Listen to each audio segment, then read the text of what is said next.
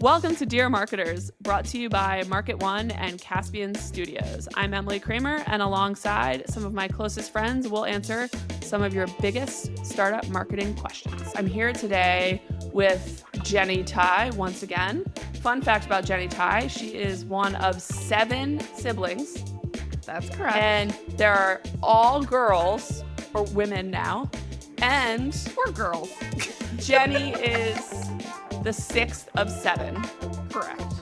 Which I know because her Instagram name is literally something like... Let's not reveal my Insta handle. I got carried away. Privacy. Cool. That's her fun fact.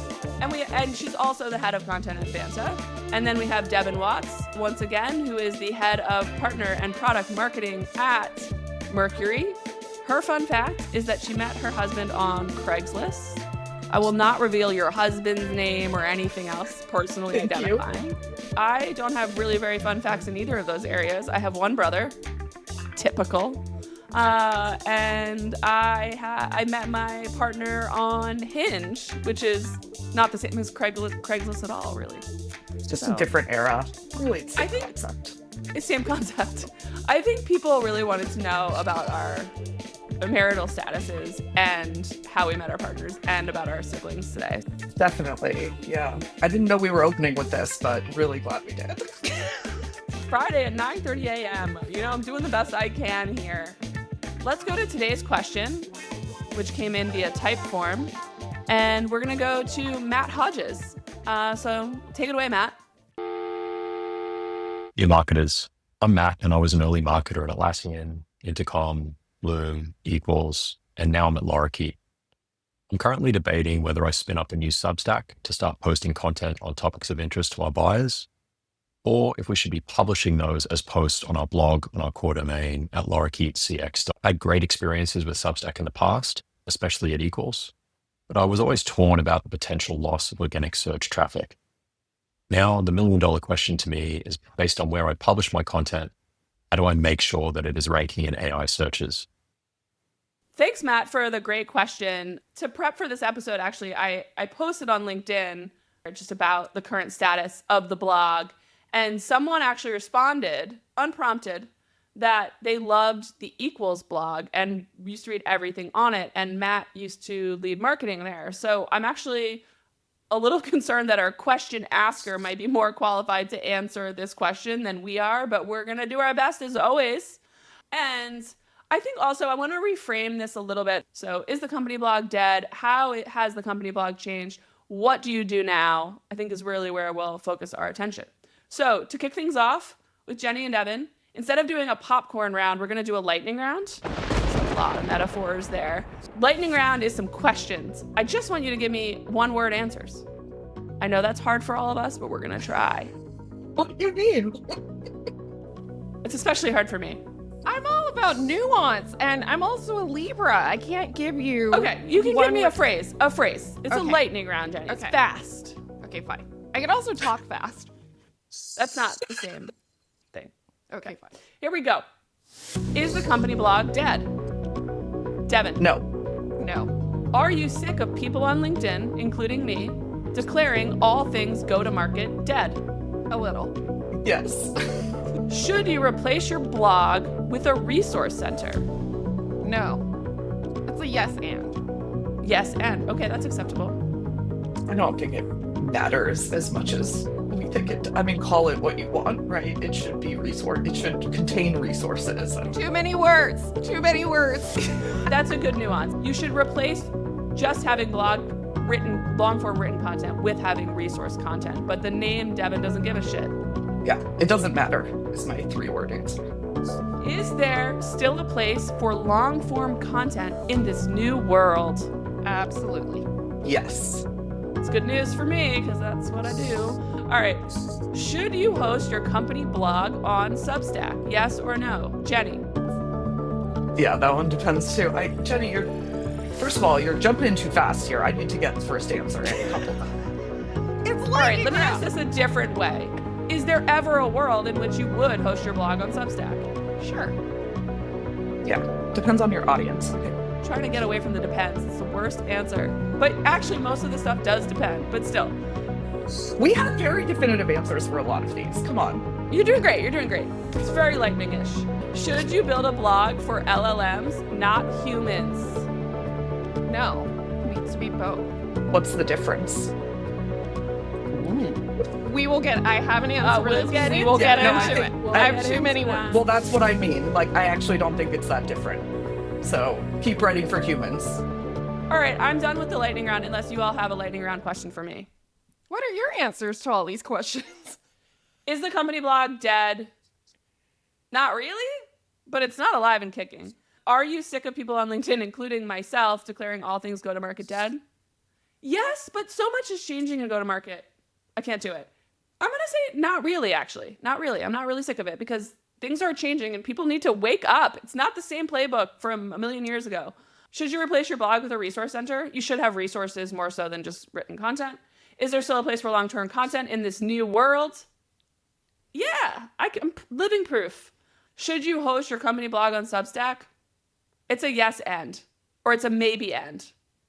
So it depends. Yeah. So it depends. Should you build a blog for LLMs, not humans? That one just makes me afraid.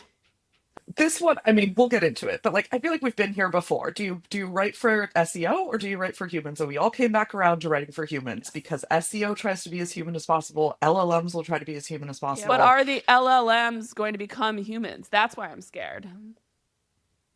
I don't think we can answer that question. Yeah, Sure, okay, that's too big. We're not AI engineers. Yeah. We're just lowly marketers. Thanks to our partner Typeform, which has been my go-to form builder for years. We use Typeform at Market One and Dear Marketers for everything from getting questions from our listeners for future podcasts, to running a go-to-market tools survey that's live right now, to getting submissions for our job board.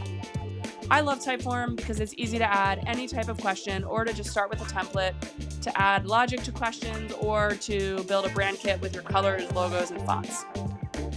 You can use Typeform for everything from quizzes to surveys with video responses to registration forms for events or even lead gen forms embedded right into your blog or your resource center or whatever we're calling it these days.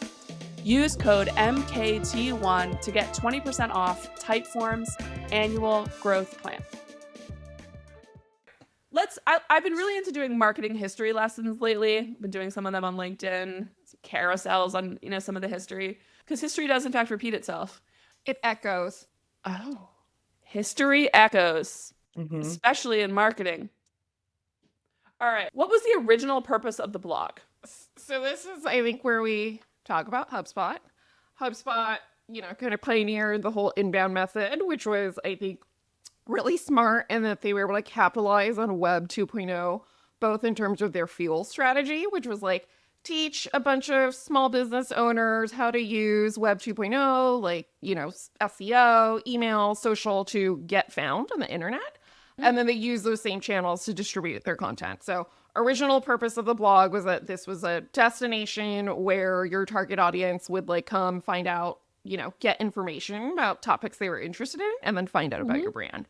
You would go to blogs and get thought leadership, you'd get how-tos, you might even see some product announcements. They were these content destinations that people actually browsed and spent a lot of time, kind of reading on the internet.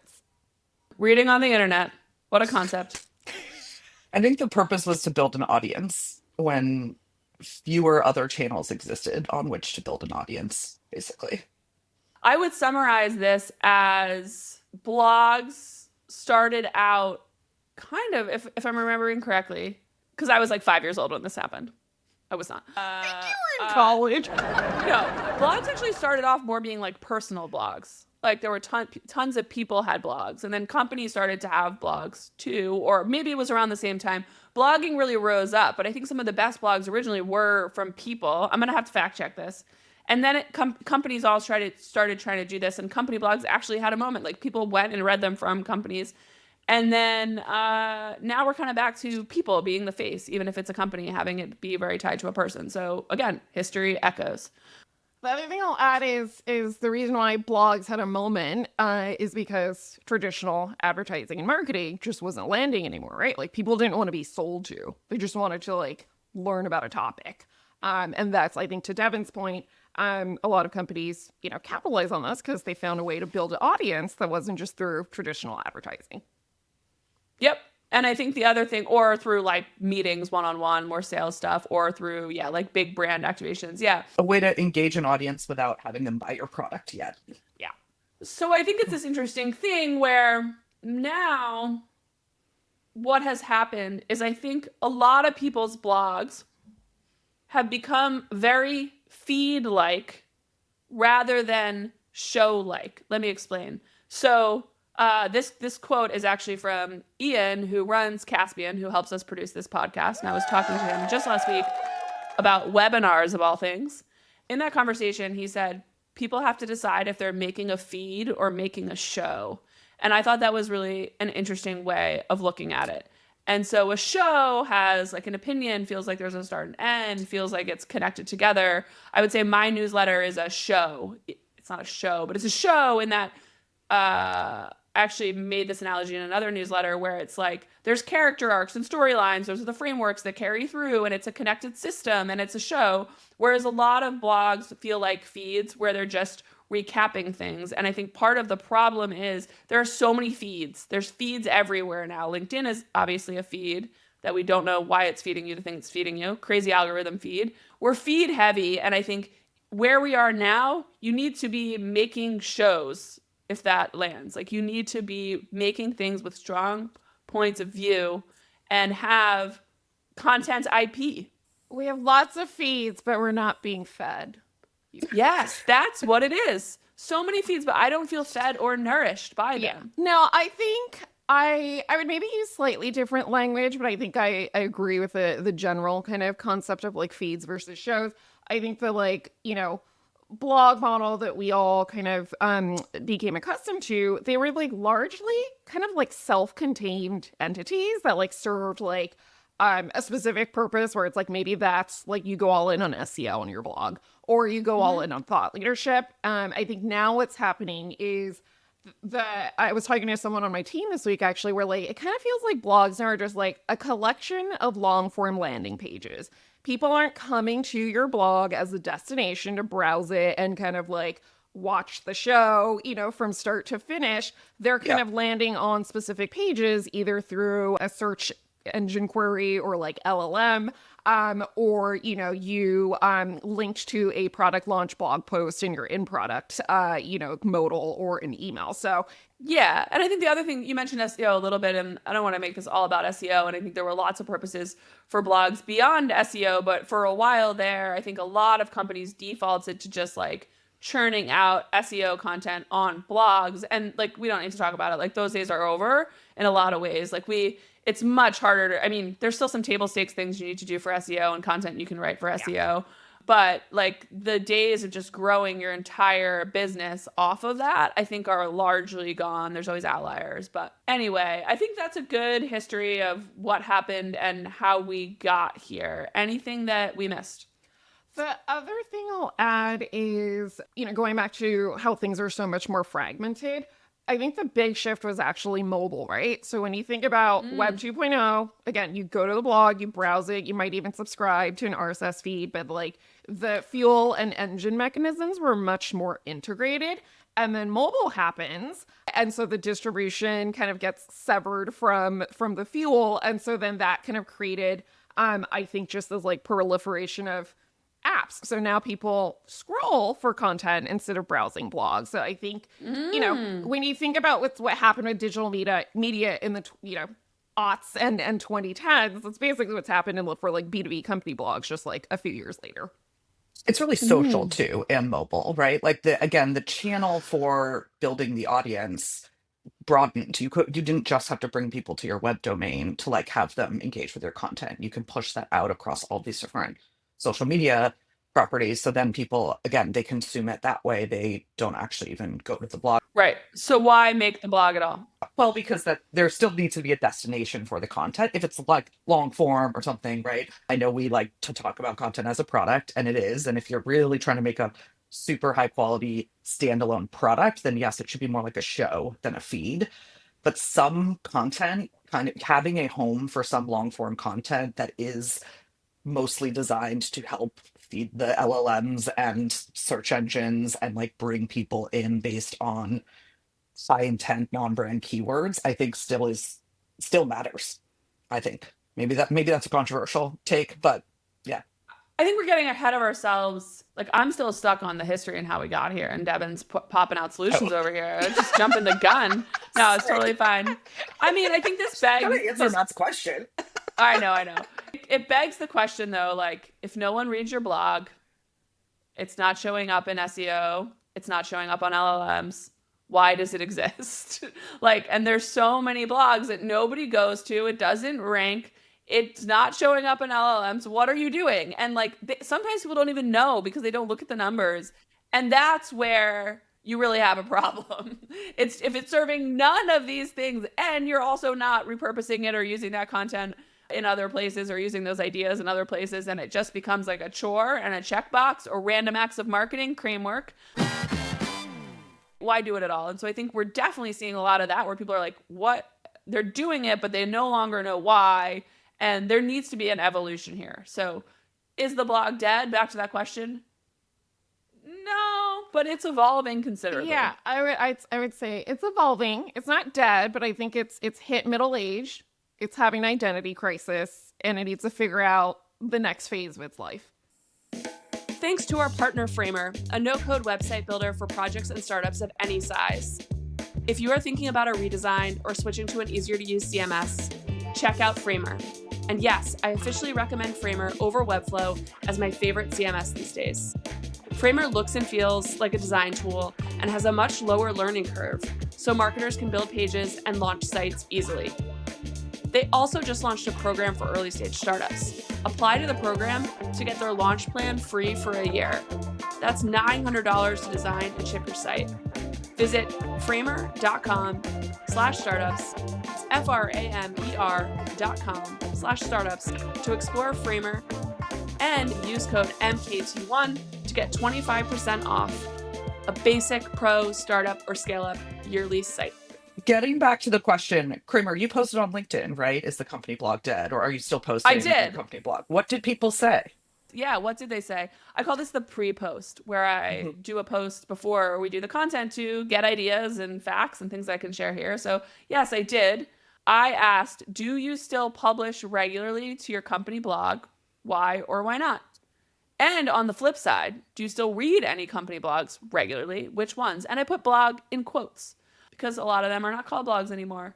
And there were some interesting comments on here. And so, yeah, what did you find interesting in the comments, Jenny or Devon?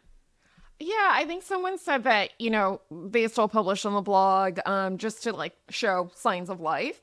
And Yeah, I think that was that's funny. Yeah, no, I actually really agree with that because investors and analysts are probably scoping out your website and probably going over your blog to see what you've been up to. Job candidates want to see what's going on. If you have an engineering blog where you can kind of do like show and tell content on what your engineers are building, that's a great way to kind of support your recruiting efforts and build your employer brand. And I think there are probably still prospects and customers who probably want to read your blog and get content, especially if, your target buyer and audience like seeks out long form content. So I think it's still relevant, but it goes back to like understand what your audience's preferences are for content formats, understand what information they're seeking, and then absolutely, if you're still investing in blog publishing today, you have to think about distribution. You can't just assume First, I'll blog it and they will come. That's not a given. if you build a product, they won't come. If you blog it, they won't come. You have got to focus on distribution. I would argue more so than ever before. Yeah. Everything's more saturated and it's harder to differentiate. I like this one from Jonas Turning. Yes, it works as a placeholder of sorts for a lot of the stuff we run on socials, webinars, and newsletter, but no expectation that people visit regularly to read the blog. However, they often end up there somehow. And I think that sums up where a lot of people are these days. And this is back to like, well, then is it worth it? And that's what I think we need to be talking about. What's worth it? And are there better ways of doing a blog, be it Substack to Matt's question, be it like more resources and not having any long form content? Like, what is that? So that's what I think we're trying to get to. One of your coworkers responded, Devon. Yeah, Heather from Mercury chimed in here and says we do still publish a ton, even just redesigned our blog. And yes, we still call it that. Although I think actually on the website it's like insights or something. Our traffic is steadily growing. It's key to our SEO strategy and also part of our LLM optimization strategy. So yeah, I mean, this is kind of what I said earlier, where I think if you can effectively use long form content to drive, non-branded organic traffic, then keep doing it because it's like valuable traffic. And yeah, if you can like get subscribers or signups from that, even better. And we, the way we think about our blog too is like we have tools and templates. We have Meridian, which is our like thought leadership, more magazine. We actually do a print magazine. I think that's like print maybe coming back or something. This might kind of come into the whole like This has been evolve the happening for blog, years, history though. repeats itself, echoes, who I knows? don't know. So many Um, people have tried to make magazines over the years, but they're It's kind of a fun thing to give out on conferences, but they're also a fun thing to put into the recycling bin on conferences. So for me, the jury's out. I do have a Fair. copy of Meridian. I don't know Fair. where it is, but it's not in a recycling bin. So there's that. There's the digital version too, right? So like whether it's a print magazine or Sorry, I not, picked like on magazines. no. Like I think my point is like you can have different sections of your blog and have different sort of types of resources and offers. And again, you don't have to call it a blog, but yeah, I'm a believer in like a home for long form content on your website or Substack, I guess. Again, I think that really depends on the market you're in. Nomadic content isn't your jam. There is content that is just going to live on social, right? Like we do, like, and not every product launch gets a blog post at Mercury, for example. We will just announce products on social with copy and a GIF, and that's it. And that content doesn't need a home. So it's I'm clapping about Yeah. this because Thank you. I wrote on LinkedIn yesterday. This wasn't a pre-post, but it was related. It was just a post about product launches and how much they've changed. And there's probably a whole Dear Marketers episode about product launches. Maybe we should do that. Someone asked that question on our Typeform. I was posting about product launches and how much they've changed and how it used to be like you did a product launch, put the blog post out, you shared that blog post with press as the press release. Sometimes you got coverage on your product launch. Imagine the time. Mercury might still be able to get coverage on their product launches. Mercury is kind of like Mercury. Some of the rules don't apply because you're outliers in your brand and content. You basically need to be doing something with AI, and it has to be interesting, not just like sparkle To get emoji press for to a product get launch, press. Yeah, coverage right now. and so it's just not a default path anymore. And I think a lot of people are still checking the boxes of the same launch checklist we used when we were at Asana 10 years ago, and that's not necessarily going to work. So yeah, definitely as like every time we have a launch, it goes on the blog. Every time we do an interview or webinar, we make a blog post. Like I think those days are over. They should be over. And a lot of people are still operating that way. So some content can be nomadic and some can be permanent home. Yes. I like that nomadic content. Did you just make that up? I did. I was thinking about digital nomads. Yeah, it's a digital nomad. I was thinking about digital nomads. You were like, it has a home. And I was like, oh, Devon's not a digital nomad. It's backpacking in Bali. Yeah, that's what I was thinking about. I'm like almost a digital nomad. I'm bi-coastal. You're bi-coastal. Yeah. And obnoxious. That's been a thing for a long time, actually, being bi-coastal. But good try. It's the most obnoxious thing about me. You guys can debate that later if that's actually true, but I think it might be. All right. Anyway, I think the bottom line is like a lot of these responses reflected that people are just kind of like, I don't really know what to do here. And I am struggling to figure out what the next step is. And I think everyone feels that way. So if you feel that way, like, what am I doing with this old blog thing? Common feeling right now. You're not alone. You're not alone. I think we're dancing around this question. The question is, should startups still publish long form content?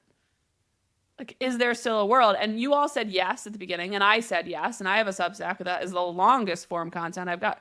Should all startups still publish long form content? Maybe not. I think, again, it depends. And I think it comes down to, is there demand from your audience for long form content? Like, are they seeking out, like, expertise about a specific topic that you have, authority in? So it really depends. Vanta's in the security and compliance space. We're talking to, CISOs and security leaders. So like we have to invest in long form content to ensure that we know what we're talking about. So again, it kind of just depends on your audience, their preferences, what they're seeking out. And I also think, given that content has become such a commodity now. Like, it was already starting to move in that direction with programmatic SEO, and definitely now with ChatGPT, you can like churn out 500 articles in 2 seconds. You really, really have to lean into expertise in order to stand out. And like, I feel pretty bullish on that, where I think a lot of LLMs will give you secondary or tertiary sources of information at best, but humans are the ones with the actual expertise and insights and real life experience. So like, be the primary source of information. And if you don't have the experts in house and you are not the experts, rely on your ecosystem, which is what I'm super bullish on. Rely on the experts in your world, be it influencers, be it consultants, be it your customers, be it your partners, like whatever it is, find people who are the experts. I mean, ideally you have an expert on the thing that you're doing in house, but you can also rely on expert opinions from outside. Sometimes we phone friends on geomarketers when we need to for that same reason. Today we're not, because we're blog historians, but sometimes we do. Yeah, I've actually been saying this for a while now. People would often ask me, like, how do you scale, content production? I was like, it's actually like not having access to writers or capacity to produce. Nope. It's actually having access to experts. Like, if you don't, know what you're talking about, your content's going to be pretty lame. Yeah, like you can hire all the writers in the world, but if you don't have ideas and expertise, like it's not going to go very far. Or even not just writers, just like content producers of any kind, be it video or anything else. Like, and so unique ideas by definition are not commoditized, right? If they're unique enough. So your content needs to, one, be something that your audience wants. Like, be in a format that they consume. The format matters a lot. Be in a format that makes sense for your audience.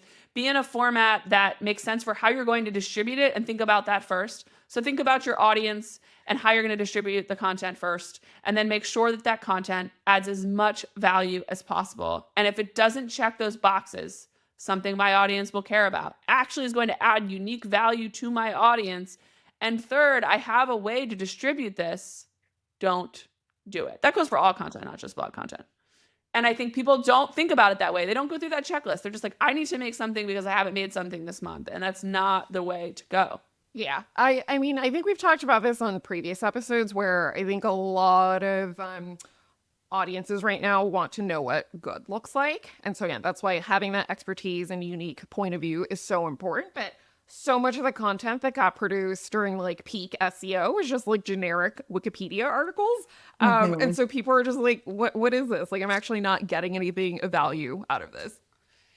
It brings up the topic of a lot of content marketers, dare I say of our generation, are not versed in the types of content that need to be created today. A lot of content marketers are like good at churning out the SEO content, and that's not what it means today. Today, it means to be a great content marketer.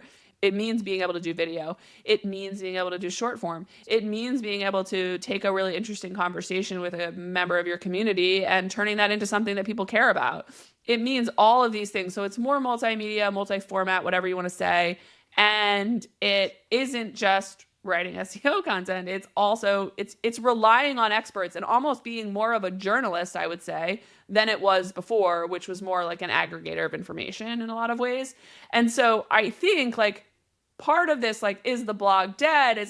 Or is it alive? And should you still use it? A lot of people that are not like fresh to content roles are still kind of holding on to some of the things of the past. And I still don't know, like, I still struggle myself to understand, like, what is the role of the blog? And like, should you really be publishing a lot of things to it as that sort of feed, as that sort of archive?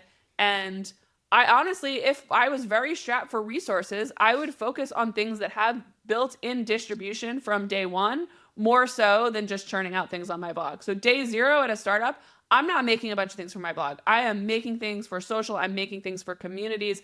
I'm making things that go in places where my audience already is. Yeah. Maybe that's a Slack channel. I'm saying things in there. I'm commenting on LinkedIn posts.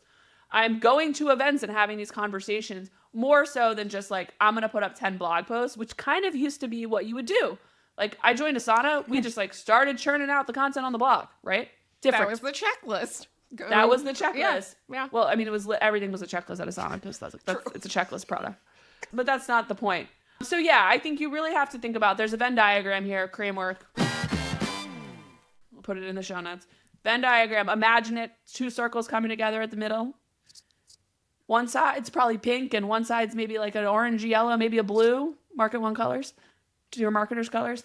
And on one side, you really have to think about your company story and you really have to think about your audience preferences. And I'd argue there's probably a third part of this Venn diagram, which is you have to think about distribution. And all of those things need to come together to help you shape what you're actually creating. And we've talked about this a lot as well.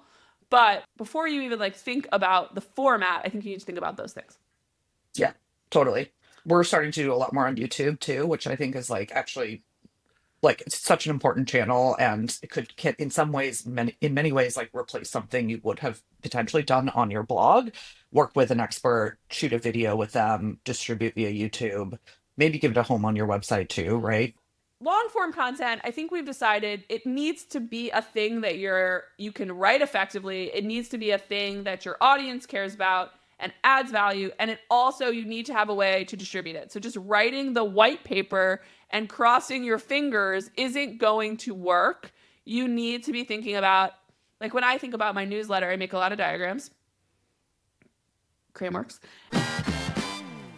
And I then think about actually most of those diagrams. I would say 75% of those diagrams, I become LinkedIn posts. So actually make the diagrams knowing that that's going to be what I turn into my LinkedIn posts. And that works really well because I'm like thinking about it at the same time. So with my long form content, as I'm writing it, I'm literally like, okay, this diagram is now its own LinkedIn post. I think you need to be thinking about that distribution when you're doing it, be it LinkedIn or something else. I think the next thing here, we were joking about, does it matter if you call it a resource center? Does it matter if you call it a blog? I'm wondering if just like rethinking your blog as a resource center is the way to go. And this has been going on for a number of years. I think there's lots of ways to do resource centers. I think some people just call their blogs resource centers, but it's still a blog with SEO style content in a world where SEO is in the decline. If you're actually doing it right, how would you define the difference between a resource center and a blog? I think a resource center has a mix of content formats. It's not just long form articles. So you might have some articles there, but you might also have some like templates and tools, maybe some interactive things in there. So it should be kind of a mix of resources for your audience. Yeah. And I think that's why, like, it actually is, I think, a helpful thing to start calling it a resource center, even if just to change your mindset about what should be in it, right? Technically speaking, a blog can also have all of those things. It's all just like, we all know, right? It's a CMS, like, is what we're talking about. But like, yes, I think that reframing it as a resource center, at least internally, if not also on your site. I also think it just speaks to the need of the customer a little bit more to say, like, here's some resources, not blog, which again, it just doesn't really mean anything, right? I mean, it means weblog, I get, it's an old word. It feels so too. dated at this point. Yeah. Yes, yeah. People like when we point out portmanteaus. I don't remember what it was that we pointed out, and people are like, I never really. Oh, I think it was webinar, web seminar. This was on LinkedIn. Yeah, blog, fun fact, is weblog. Yeah, blog. And blog. Yeah, blog. I mean, I've also seen some companies do this where they'll build a resource center, and then that's where all like your tools and templates live, your white papers, and then the blog. It's a feed, not a show. The blog becomes more of like a newsroom where your announcements go. So it's like if you hired a new exec, or you like have funding announcement, or like maybe that's where your product launch announcements go. Like that's the newsroom, and then the resource centers where all your evergreen assets live. You woke the bear. Me being the bear. The new exec blog post. Yes, that's what it was. Well, what, she said, like, what if you're trying to get press and you don't do press releases? Who is covering that in press? We have fewer journalists than ever before. Who is covering it? Unless you're just like a massive company, or unless it's controversial and you don't want it to show up because you've had 5 CMOs in the past year. Like I do not understand them, and I actually think it's. I've heard of situations where people join and then they're like, when's my blog post coming out? And oh my God, check your ego at the door. This is a hot take. I don't think I've ever shared my hot take on this particular topic, which is don't do it. Maybe on LinkedIn. But this is an example of something that can go on LinkedIn. LinkedIn is the perfect destination for this because that's where you put job changes in general. Does not need a blog post unless you've hired like a Nobel Peace Prize winner. Like, I'll go back to normal land now. The weirdest things make me very spicy. I'm like, who cares, Emily? But it's just a waste of time. It's a waste of time. It's a random act of marketing. It's a checkbox thing. Don't do it. Sorry, Jenny. I didn't mean to yell at you. I know you're not the perpetuator of these. You were just giving an example. Oh no, and I got real hyphy on you. You know, I've built up a lot of what's the word I'm looking for? Acquiescence? Not acquiescence. I'm unbothered. I don't even really know what that means. It just sounds fancy. I think you have recognized that sometimes when people ask you for the exact blog post, you do it even though you know it's not a great idea. You do it because you don't want to make anybody upset. Situations, it's more about like optics, right? So like obviously this is not going to impact your funnel, but again, going back to the signs of life purpose of a lot of blogs these days, it's showing that like you are making senior hires, especially if you're like, but do it on your team page. Put it on your team page. Put your execs on a team page down the bottom. I think Jenny makes a good point that the only people who browse a company blog are people who are maybe actually looking for things like who have you hired recently, what's the pace of your product launches, like because it's ARPR and it's candidates. Yeah. So when we're talking about marketing and getting customers, sure, that is not worth doing. It's totally not worth your time. But is it going to hurt your ability to get customers? No. And if it helps on some of those other audiences, then and again, it depends on your resources. But time is finite. Not a priority when everyone has limited resources. Time is not finite. Time is infinite. Yeah, but resources are limited, and marketing teams are like cut down so small. And when they're cut down so small, where they are now, and you're asked to do all of these things, they pile up and they distract you from doing the high impact work. And if you're super early stage, no, those people aren't really coming to your website anyway. Yeah. But I also actually do really try to practice the no RAM. I mean, if you're watching the video version, there's an image of no RAM, no random acts of marketing on my literal wall because I have no idea what other art to use. No, the rest of my house has normal non-Market One Dear Marketers related art, I promise. But I want people to ask me, why do you have a RAM emoji and a no sign? Because I want to be able to tell founders that random acts of marketing are holding you back. You need to do high impact things. And on the content and fuel side, you need to make a number of strategic high impact bets, like a portfolio strategy. And one or two of those needs to take off to be really successful. You double down on those ideas and you keep going. And any little distraction is just that. It's a distraction. Drop the mic. Anything to add? Not after a mic drop. Mm-mm. Thanks to our partner UserGems, which makes signal-based outbound actually doable and easy. Instead of stitching together a whole bunch of tools to find signals, score them, and trigger outreach, UserGems does it for you. It plugs right into your CRM and then tracks signals like job changes, hiring, funding, web visits, and a whole lot more. And then it gives you pre-built outbound plays. You can use their AI-generated messaging, or you can fully customize your outbound however you like. Maybe you want to repurpose content from your blog or resource center into an outbound sequence. Just a thought. UserGems is a faster way to reach the right people at the right time without the setup headache. Learn more at usergems.com. That's usergems.com. You can also mention Market One to waive your implementation fee, 10% discount, and subscriptions come with a money-back guarantee. Thanks, UserGems. Let's get back to the show. We were talking about resource centers and blogs because I did research, and I want that research to be called out. The research that I did was I looked at the Forbes Cloud 100. I just needed a list of, some top startups.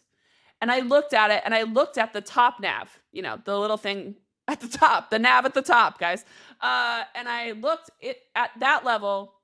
Do people have blog or resources? What do they say?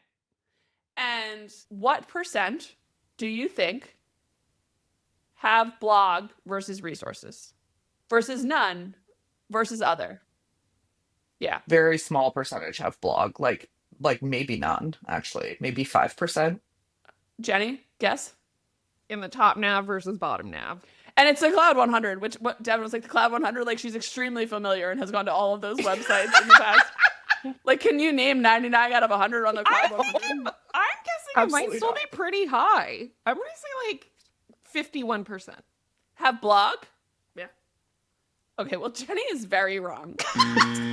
Devon is very right. It's 3% overall.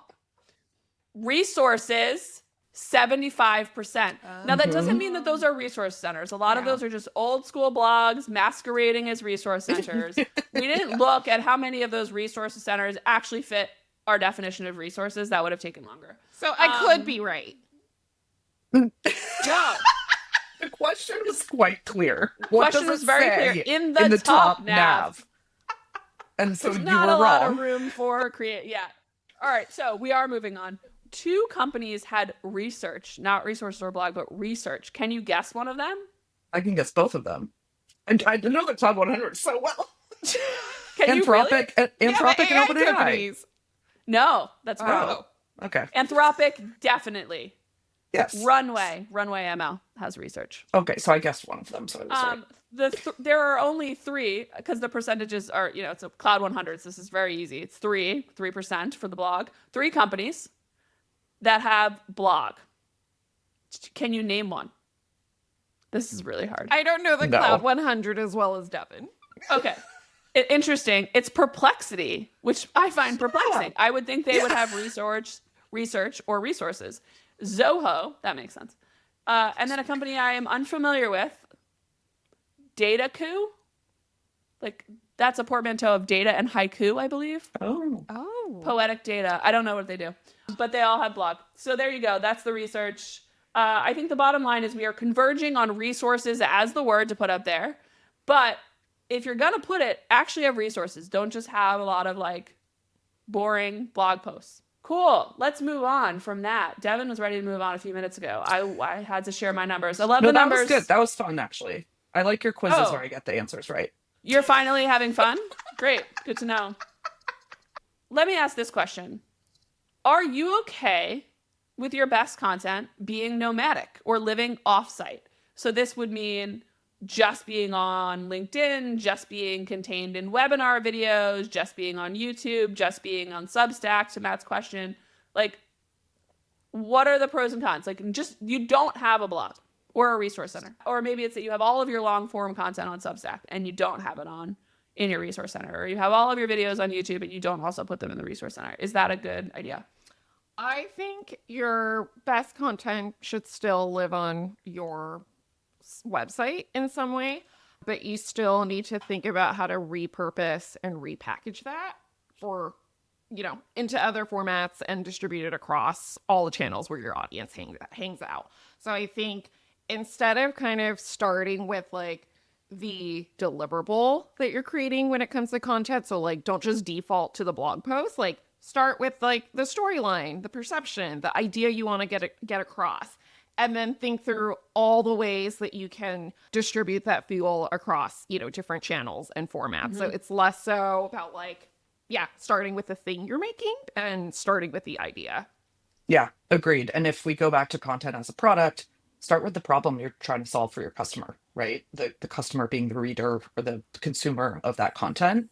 And like what is their job to be done? How are you helping them do it? And what is the best format for that? So don't start with format. Don't start by asking, should we have long form content on our website? Start by asking, what is our content going to help our audience achieve, or what question is it going to answer for them? What is the best way to help them achieve that or answer that question?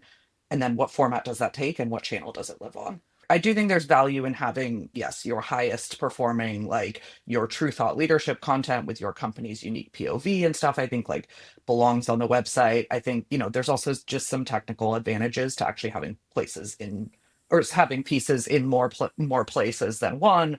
But fundamentally, don't start with the question, should this live on our website or not? Start with the question of what you're doing for your audience. Yeah. Back to that Venn diagram thing. Yeah, I think there's just also like so many more tools now where you can actually like see if your content that's on your site is attracting the audience that's in your ICP. Like when I was doing SEO like 5-10 years ago, I always be like, are we actually like attracting the audience that we want Yeah. to reach. And like we really couldn't tell, but now that you have tools like, you know, like Pocus or Common Room where you can actually like de-anonymize. RB2B, Clay, UserGems, Exactly, who's sponsoring and you this can actually episode. de-anonymize those website visitors by domain. You can actually see, oh, actually, it becomes less about like traffic volume and more about traffic quality. To be like, okay, maybe we're not getting a tons of traffic anymore, but we're getting the right traffic because like our top accounts are actually visiting, you know, this set of articles. Exactly. It's easier to know if it's landing. So I guess the question is, are you willing to sacrifice control, trackability, analytics for distribution? So if it's on if the long form content or whatever it is, or the resource is on your blog or the video is on your blog, you have total control of analytics, tracking who's visiting your website, all of these things. Control. If you have it on Substack, you lose some of the control, but there's built-in distribution. Every time you write it, it goes out to an email list. There's, you know, people can recommend other people's Substacks. There's a lot of built-in distribution there. So that's the question. And so it's interesting as like a personal creator, whatever, as a creator, individual with a Substack, as an individual advisor, so I guess my main business, I would never think to have a blog on my website. It was never a question, should it be a blog or should it be a Substack? In fact, if Substack didn't exist, I probably wouldn't have started this like creating of long form and resources content thing. It was because Substack existed. Now, there's also Beehive, which people use, whatever.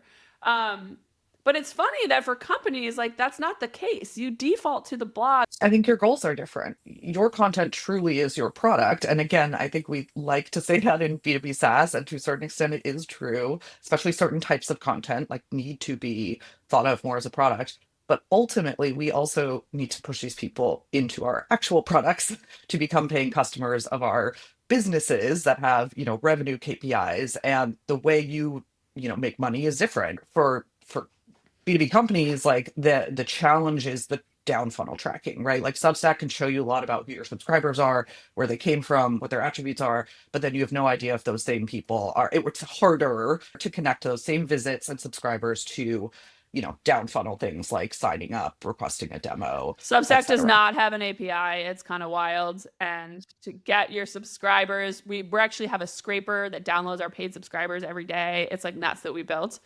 This conversation of like, oh, do you publish on your own site versus Substack is reminiscent, you might even say echoes the conversation around, do you publish on your company blog or Medium, right? Like Medium. It's like, very, very similar. Yeah. Except I don't think Medium had built-in distribution to the same extent as Substack.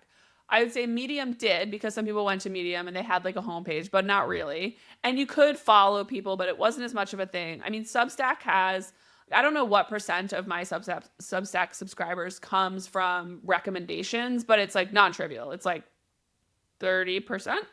And so there's built-in distribution there in a way that there wasn't on Medium. So at some point it does tip the scales, saying that to a Libra. It does tip the scales to, I think the loss of control might be worth it. But here is my take. I just developed this take during this conversation. So thanks, Devon and Jenny. I think that you should do a Substack at your company if it is from a subject matter or individual, much like on LinkedIn. The LinkedIn, you have to have these like influencers within your company to make your LinkedIn successful. Now, you don't have to make LinkedIn successful, but company pages on LinkedIn do not work very well anymore. So I think if you have a founder that wants to have, this used to be the same case with Medium. Like I've worked at a couple of companies where the founders had Mediums, then you maybe canonical linked it back to the blog, but you did that. And so if there's someone who is a thought leader in your company, it could make sense to have a Substack. I don't think all of that content needs to go back on the company blog. I think it needs to be linked to from the company blog. And in the resources drop down, it should be an option. But I think it needs to be a different purpose. Like if you're just making a resource center and making it on Substack, I don't think that works. I don't think that's what people want from Substack. I think it's a lot like LinkedIn where they want individuals. And so just doing your company version on Substack doesn't work. You had a Substack at Anrock, correct? Previous We company? did, but it was just our thought leadership content. So we also had a resource center on the website with tools and templates. Was it from a human? It was from several humans. It was like, I mean, we gave it like a little sub brand.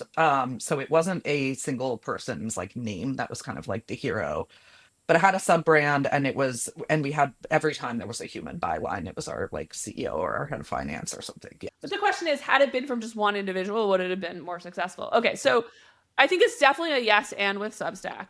I also think that my take is that it's hard to have a blog be as successful as, say, HubSpot's blog or Zapier's SEO strategy in the past.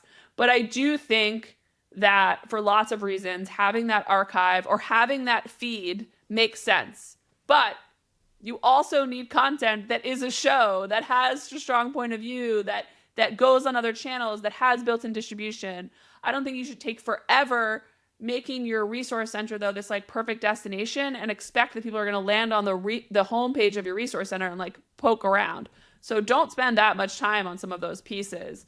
So I guess I do think there's a world where the feed is needed. I think some people are going there. Some of them are prospects. Some of them are customers. Some of them are candidates, investors, journalists, whatever it might be. I think there's a reason. I also think there's also just an argument that like if you don't have a home for all of this, it's hard to remember what you put out in the world across all of these things. And there is some internal reason to know what you have, and so you don't have to make a million PDFs, so sales can go and look at what you actually have and share it. So there's some organization there. But again, don't spend forever on some of these things where you don't expect humans to read it. So this comes back to the other question. Should we be writing on our blog? Should we be writing text-based posts on a blog within a resource center for LLMs or for humans? And is it okay to just say, hey, this content is exclusively for LLMs? I don't know if I know enough about the technical side of like LLM optimization to give the best answer here, but my take from what I do know is that we should all keep writing for humans and then like help the LLMs parse that in the way that LLMs parse long form content, which is slightly different than the way that search engines parse it. Yeah, there's some technical things that you can do to help yourself. Yeah, again, I think my take is like, don't change your actual content to chase this new fangled thing that we all think is gonna, because it's a moving target. It's a moving target. And again, I think like the LLMs are going to optimize for like getting the best human-like answer to a human question at the end of the day. And so yeah, there's going to be things on the back end to sort of like technically optimize again the way they kind of crawl and consume the information you're putting out and make sure it like makes sense to them. But yeah, I think like if you fully just try to change it to like LLM friendly content sort of on the front end, I don't know. We're just going to come right back around to writing for humans again. LLM is just the distribution layer. At the end of that is a human that's trying to get information. So it's so early. I don't think there's broad consensus around like what the best practices are and how to like show up across the different LLMs. But I think you have to be thinking about it. Absolutely. I was chatting about this with our team internally recently. And I think the big thing to keep in mind is that with, AI search, it's basically a world where people aren't going to be clicking through. So you're not going to be getting traffic from this. So you need to be thinking about LLM search from the perspective of like, how is this going to shape awareness and perception? It's brandy. It's not as direct response and trackable. Exactly. And it's going to be about memory generation versus like traffic and lead generation. But this is where, back to this phrase, content IP, or I think about them as frameworks, having definitive answers, having these things that are often cited is a way to appear on LLMs and be remembered. Like, FAQs is one that like we're already starting to get pretty strong signal that like organizing also, FAQs. Like, so like there are probably things you can do to like tweak your sort of front end, if you will, of the content itself, by adding more things like FAQs and stuff. Let's not like swing too far towards like forgetting about the human. Yeah, I think we're in kind of like a trial and error phase right now, especially because things are changing so quickly. So it's like, let's try some things, see what works, and, kind of evaluate from there. But at the end of the day, writing content with a strong point of view that leverages expertise, that is built with or created with distribution in mind and distribution on channels that your audience cares about, is what's going to help you grow. And so don't get so stuck in this world of optimizing for LLMs and forget the point. just don't get so caught up in this that you lose the plot. And I think a lot of people are freaking out and losing the plot, which is, at the end of the day, authentic opinions and points of view still matter. And they're going to matter even more because everything is derivative. Yep. So yeah, I think there's a huge place for long form content still, because people, yes, you can scroll through TikTok all day, ask a bunch of questions in ChatGPT, but sometimes you want a long read and you want to think. And that's what's going to help you do that. The other thing I read about SEO LLMs, I read something that was like, SEO, you're asking the question, how do I get someone to click my link? And LLM is like, how do I become the answer itself? Yep. And that's not totally true, because in SEO, we started to have snippets and things like that. But that is a way to think about it. Like, you're trying to become an answer versus just trying to make something that's going to rank and get a link. I don't know. That's one mental model. And I think the TLDR on Substack is like, Substack is actually more beneficial, maybe not beneficial, but it plays more nicely, in my understanding, with LLMs than it does with SEO. Because if it's public content, if it's well shared, if it's quotable, that's going to be LLM friendly. But for SEO traffic, you have subdomain or domain problems. And so you're not necessarily going to drive the organic traffic that you were hoping for from an SEO perspective. This is like just my high level understanding. So if you are doing things on Substack, you are trading some of the control and some of the organic traffic that comes to your actual website, obviously, for that distribution. And so that's the decision to be made on all of these things. The trade-offs. Know the trade-offs. Final question. Is the blog dead? The company blog is being redefined. Okay. Better question. That wasn't the last question. Damn it. Is the right question, is the blog dead? Is that the right question that I asked? What's a better question? You said you don't like when people say things are dead. So what's a better question? What content is alive? How do you make content that's alive? No, that's a great question. How do you make content that's alive? Yeah. Alive meaning sees the light of day, gets distribution with the right audience, stands out from the pack of derivative content. That is a great question. Is your content alive? And just putting it on a blog or a resource center does not make it alive. I think is the answer. That was a great question, Jenny. I love that. Thank you. Is your content alive? Devon, I don't think you can top that. So let's move on to Best Marketer.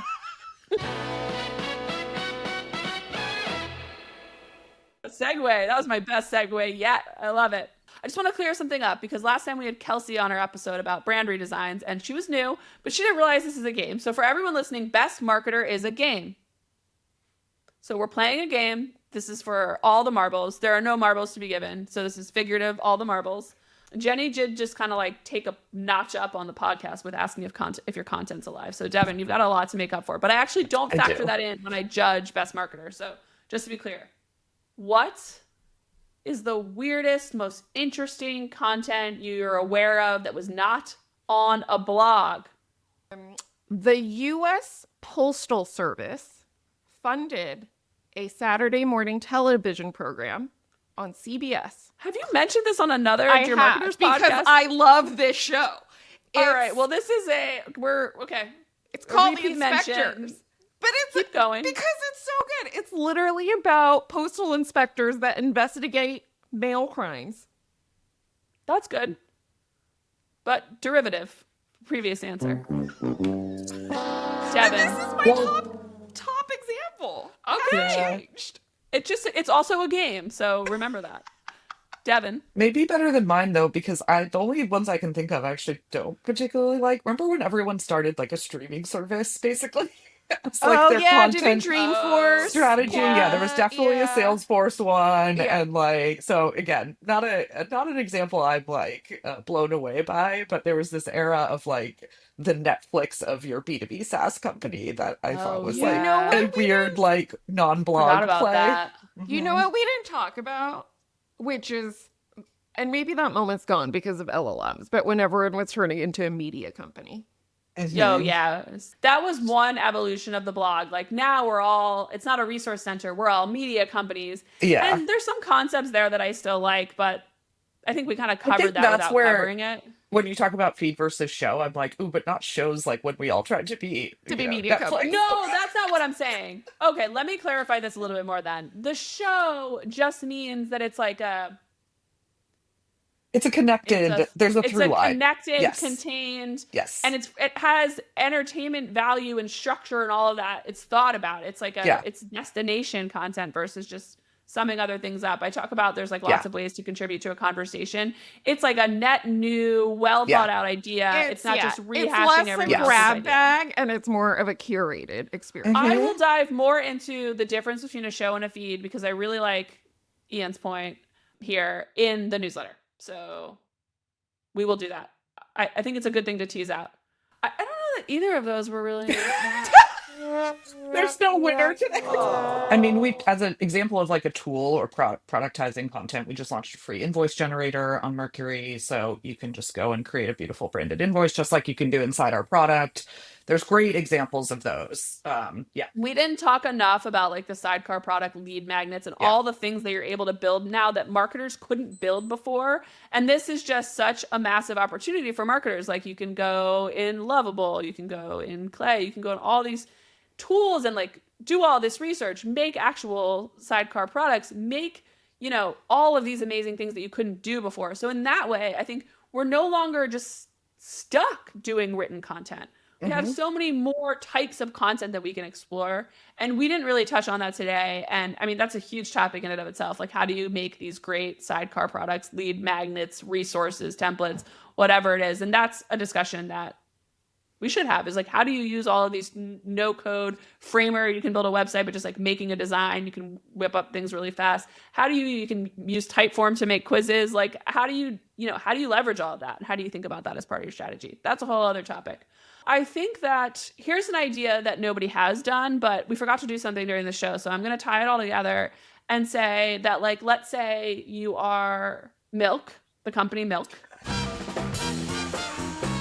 the Milk board, and you're trying to do something interesting. You could do a milk drinking contest and live stream it.